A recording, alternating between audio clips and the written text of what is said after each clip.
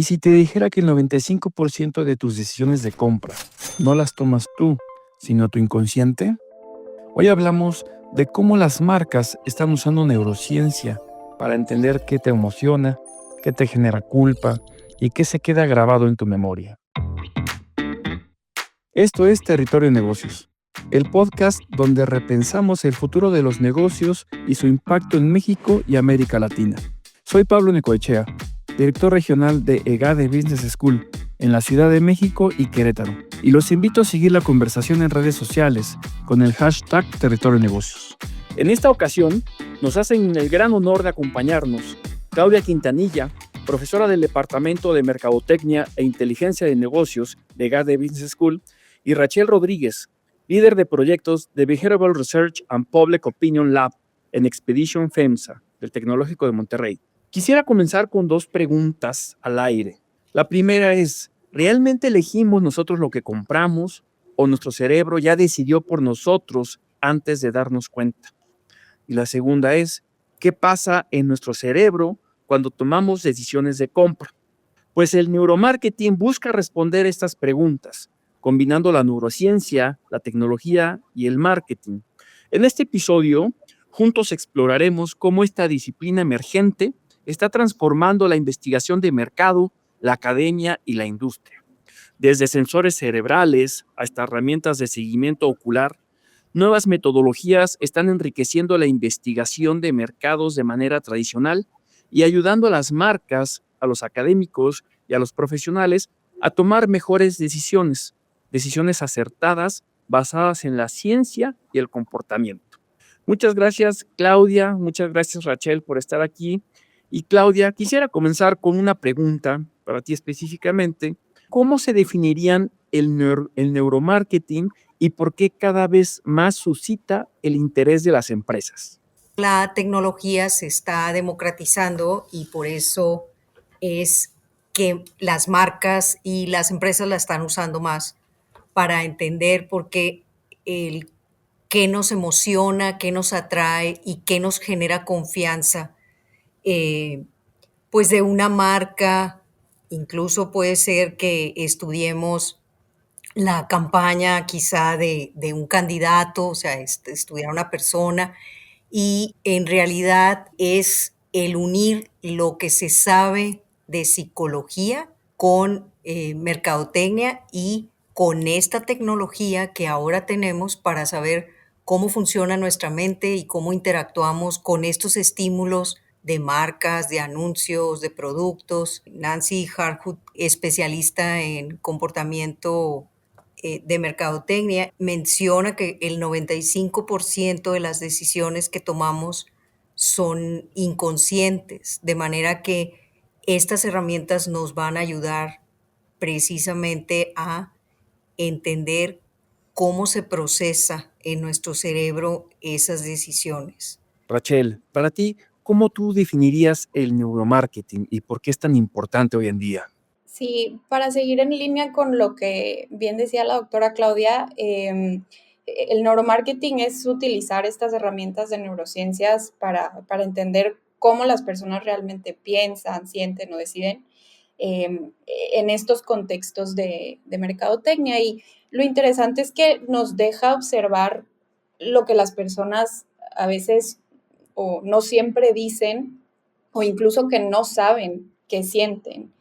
Justo por el dato que bien decía de que el 95% de las decisiones son inconscientes. Y justo por esto las empresas empiezan a ver el neuromarketing como una manera de conectar mejor con el consumidor, porque obtienen información sobre lo que realmente funciona, es decir, qué es lo que capta su atención, qué es lo que les emociona o incluso qué es lo que puede dejar huella en su memoria, ¿no? Siguiendo esta idea, hoy en día existen muchas tecnologías que nos permiten leer, comprender el cerebro del consumidor, de los clientes. Y la revolución con estos temas de la inteligencia artificial cada vez más aceleran este conocimiento. Desde tu punto de vista, Rachel, ¿qué tecnologías o qué metodologías se están utilizando en los proyectos de neuromarketing hoy en día? Sí, hoy en día utilizamos pues diversas tecnologías que nos ayudan a entender qué es lo que pasa en el cerebro y el cuerpo de los consumidores frente a distintos estímulos. Por ejemplo, una de las herramientas que tenemos en el laboratorio es el electroencefalograma, que nos ayuda a medir la actividad cerebral en tiempo real frente a cualquier estímulo que quisiéramos medir, ya sea una imagen, un video, incluso una página web. También otra de las herramientas es el eye tracking, que rastrea hacia dónde ve el consumidor y por cuánto tiempo, dándonos un poco más de información en cuanto a la atención visual. Esta otra herramienta, que es la codificación facial, y este es un software que analiza las microexpresiones faciales que tiene el consumidor para identificar emociones y darles un nombre. Está también el sensor de respuesta galvánica de la piel, que detecta cambios en la sudoración, cambios, la verdad, mínimos que a lo mejor incluso nosotros no detectamos, y esto sucede cuando hay un cambio emocional.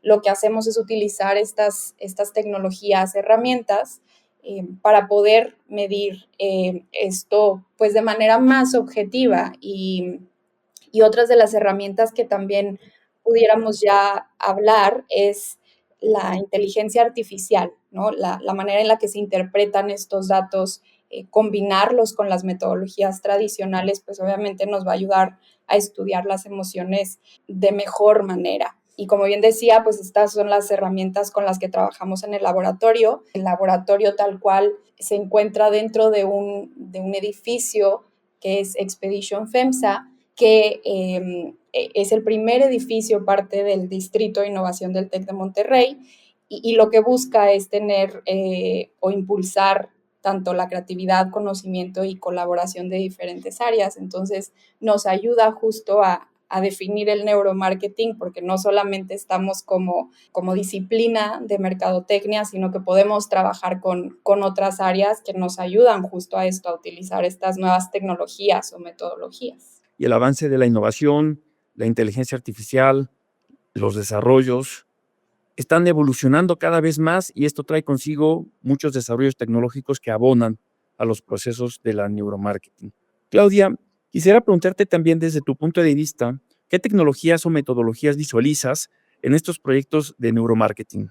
Como mencionó Rachel, son el eye tracker, el GCR, el facial coding, el electroencefalograma, pero no tenemos que pensar, Pablo, que las usamos todas al mismo tiempo. O sea, cuando tenemos el caso de un estudio, necesitamos analizar si es una página web, entonces, qué es lo que queremos medir, qué tan atractivo fue ese diseño, hacia dónde se fueron los ojos del consumidor. Bueno, pues vamos a usar un eye tracker fijo, porque van a estar enfrente de la computadora con el website. Quizá vamos a evaluar también con el electroencefalograma cómo está respondiendo su cerebro a el procesamiento de la información al que está expuesto en ese website, o incluso pues a los colores, al diseño, a las imágenes que se están manejando, si el logotipo está llamando más la atención, con el eye tracker, con el EGG. Pero vaya, aquí lo importante es no pensar que utilizo todas las herramientas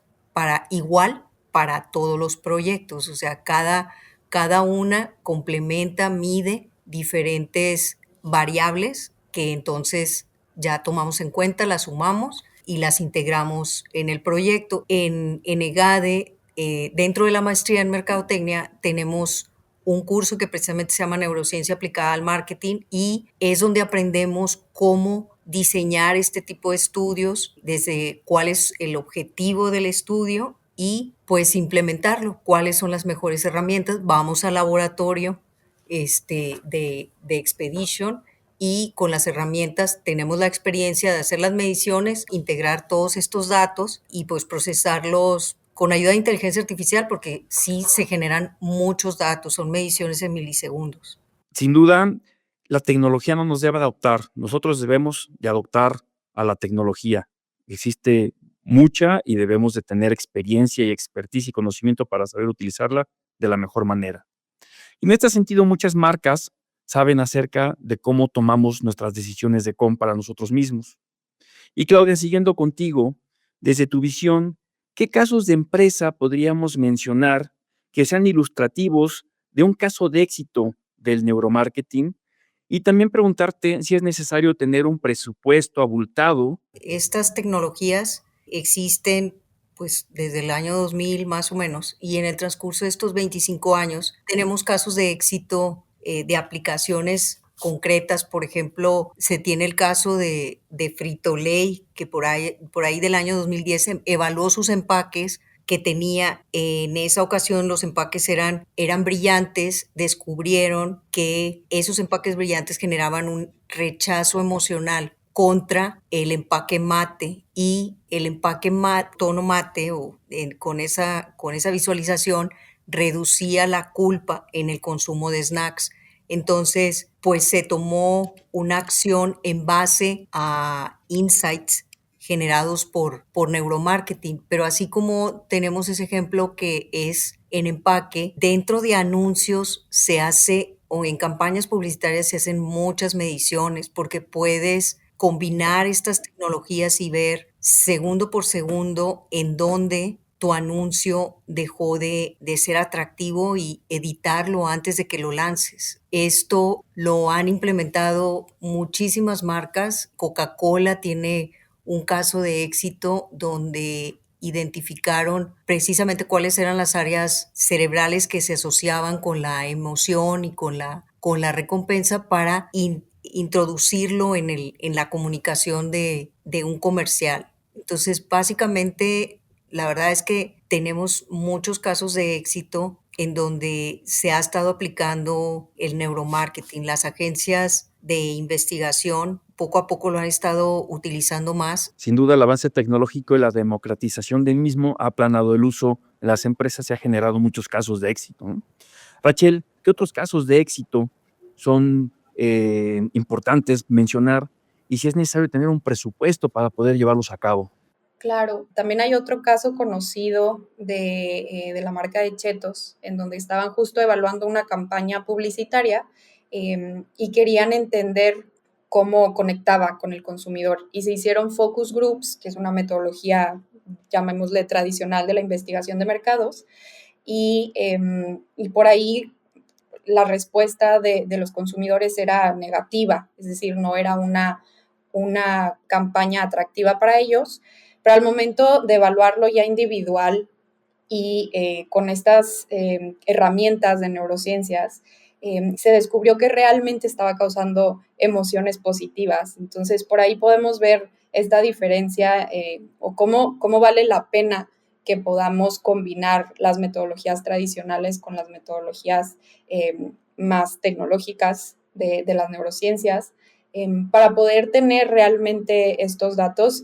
Y abonando al caso, Cheetos lanza la campaña, toma la decisión de lanzarla y ha sido una de las campañas más exitosas de la marca, ¿no? Entonces, creo que vale la pena que busquemos esta relevancia de estas nuevas tecnologías para tratar de conectar más con el consumidor.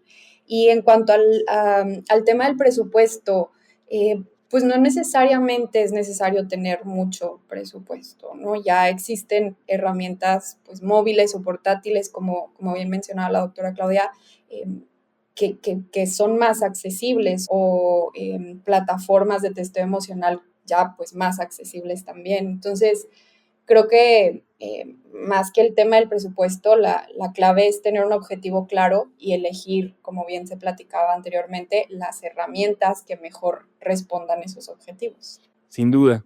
También es cierto que existen ciertas leyendas urbanas que nos dicen que el neuromarketing puede leer nuestras mentes, nuestro pensamiento, puede controlar o manipular nuestra voluntad.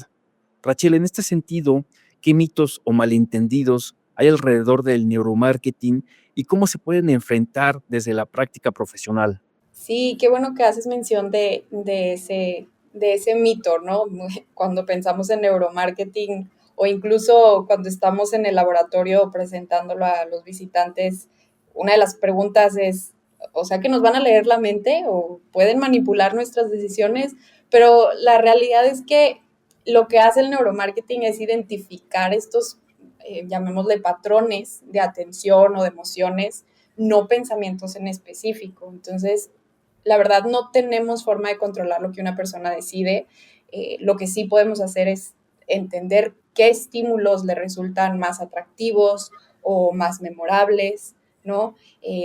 Y cómo enfrentarlos, pues la verdad es que desde la práctica, en el laboratorio, buscamos enfrentarlo con mucha ética. Se trabaja con consentimientos, los datos son anónimos, somos claros sobre el propósito de los estudios, y desde el tema también de la academia, pues insistimos en que el neuromarketing no reemplaza la investigación tradicional, como bien mencionaba ahorita, más bien la complementa, es utilizar estas metodologías para combinarlo y tener mejor información o mejores insights, ¿no? Creo que justo eso, lo más valioso es cuando podemos combinar estas metodologías para poder entender lo que las personas dicen, pero también poder entender lo que realmente sienten. Claudia, abonando lo que menciona Rachel, desde la academia, ¿cómo se puede enfrentar estas leyendas urbanas sobre el neuromarketing? Nosotros insistimos cuando estamos viendo cursos como inteligencia del consumidor. El neuromarketing es una herramienta para entender mejor al consumidor, como decía bien Rachel. Es una herramienta que no vino a sustituir las otras metodologías como los focus group, las entrevistas de profundidad, la observación, la etnografía, no vino a sustituir todo eso, vino a complementarlo y pues en realidad es lo que te comentaba, es ciencia, es conocimiento de psicología, de comportamiento, es ciencia aplicada al marketing y pues no pretende ni manipular, ni tener un manejo dudoso con respecto a la ética, ni controlar. En realidad, lo que pretende es pues comprender mejor a este consumidor para diseñarle mensajes más adecuados, diseñar empaques, diseñar experiencias que al final pueda disfrutar más el consumidor y tomar sus decisiones pues más responsablemente de acuerdo a lo que le atrae más, lo emociona más y eso es lo que Mercadotecnia está tratando de hacer, entender para atender. Hemos llegado al final de este episodio donde exploramos cómo el neuromarketing busca combinar la neurociencia, tecnología y marketing y cómo está transformando la investigación de mercado, la academia, la industria y cómo está ayudando a las marcas, a los académicos y a los profesionistas a tomar mejores decisiones más acertadas, basadas en ciencia y basadas en comportamiento. Agradecemos nuevamente a Claudia Quintanilla, profesora del Departamento de Mercadotecnia e Inteligencia de Negocios de GADE Business School, y a Rachel Rodríguez, líder de proyectos de Behavioral Research and Public Opinion Lab en Expedition FEMSA del Tecnológico de Monterrey.